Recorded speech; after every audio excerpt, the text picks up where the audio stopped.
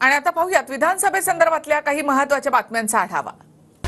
खेड आळंदी विधानसभा मतदारसंघावर ठाकरे गटाने दावा केलाय। खेड तालुक्यामधील इच्छुक नेत्यांनी संजय राऊतांची भेट घेतली आहे। दरम्यान खेड मतदारसंघावर आमचा दावा असल्याचंही सचिन अहिर यांनी म्हटलंय। खेडच नव्हे तर पारनेर नगर मतदारसंघावर देखील ठाकरे गटाने दावा केलाय।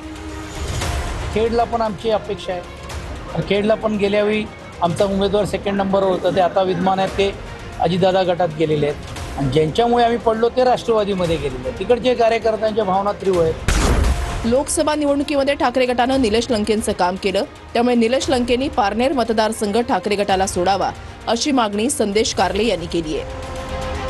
पक्षप्रमुख उद्धव साहेबांच्या आदेशाला मानणारे माणसं आहोत, परंतु शिवसैनिकांमध्ये अन्यायाची भावना निर्माण झाल्यानंतर मात्र त्याला कोणी रोखू शकणार नाही।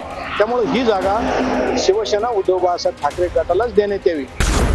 माजी आमदार रामदास चारोस्कर यांच्या पत्नी शरद पवार गटामध्ये प्रवेश करणार आहेत। सुनीता चारोस्कर दिंडोरी विधानसभेतून लढण्यासाठी इच्छुक आहेत। सुनीता चारोस्कर 10 वर्षांपासून समाज कल्याण सभापती आहेत। मेहकर विधानसभा मतदारसंघात तगडा उमेदवार देणार असल्याचं रविकांत तुपकर यांनी म्हटलंय। रविकांत तुपकरांनी कार्यकर्त्यांची आढावा बैठक घेतली। दरम्यान या बैठकीमध्ये त्यांनी ही घोषणा केली आहे। सोयाबीन कापसासाठी आंदोलन करण्यासाठी तयार रहा असं आवाहन देखील तुपकरांनी केलंय।